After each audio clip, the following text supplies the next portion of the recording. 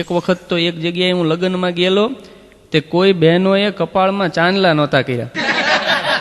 તે મને બહુ અચરજ થયું. એક બેન મારા ઓળખીતા હતા, મેં એમને પૂછ્યું, મેં કીધું કેમ કોઈએ કપાળમાં ચાંદલા નથી કર્યા? તો કે કંકોત્રીમાં જ લખ્યું છે કે ચાંદલાની પ્રથા બંધ છે. અરે કીધું ચાંદલાની એટલે રોકડાની પ્રથા બંધ છે. એક કહેવત છે જૂના જમાનાની કે જે બેનનો સેંથો સીધો એનો ધણી સીધો. પણ હવે બેનો એ તો ક્યાંય સેંથા રહેવા દીધા નહીં. અડધે ઉધી સેંથો બરાબર જાય ને પછી ડાયવર્જન અહીંયાથી 2 ફાંટા પાડે એટલે 2 કાન ઉપર એક એક ઉતરે.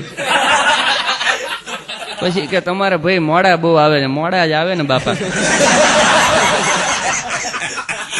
ઈ તો સીધો જ જાતો હતો, આ ડાયવર્જન તમે પાડ્યા.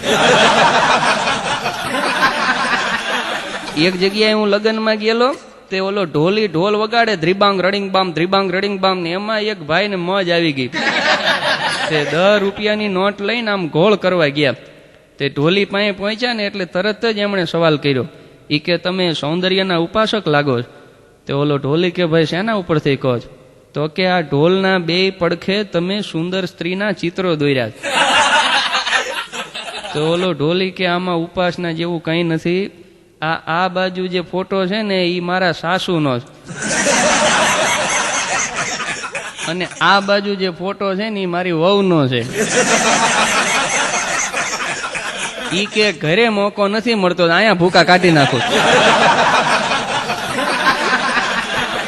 એટલે ઘરના જે દાજેલા હોય ને એ આમ દાજ બોલવ્યો. આ અંબાલાલ મોંઘીને પરણીને ઘરે તો લઈ આવ્યો, પણ ઈ પછી એમનું જીવન કેવું હતું એની 2-4 વાત કરી દઉં. અંબાલાલે આવતા તરત જ કીધું બીજે દી મોંઘી ભાભીને, ઈ કે આ ઘરના બંધારણમાં તારે શું બનવું છે, પ્રમુખ કે મહામંત્રી? મોંઘીએ તરત જ કીધું ખજાનચી. કારણ કે પૈસા ખજાનચીના હાથમાં રહે. અને બરાબર આવડા પરણીને આવ્યા, એને કંઈક થોડાક મહિના ગયા અને ભાદરવો મહિનો આવ્યો. એટલે ભાદરવો મહિનો તો પિતૃનો મહિનો.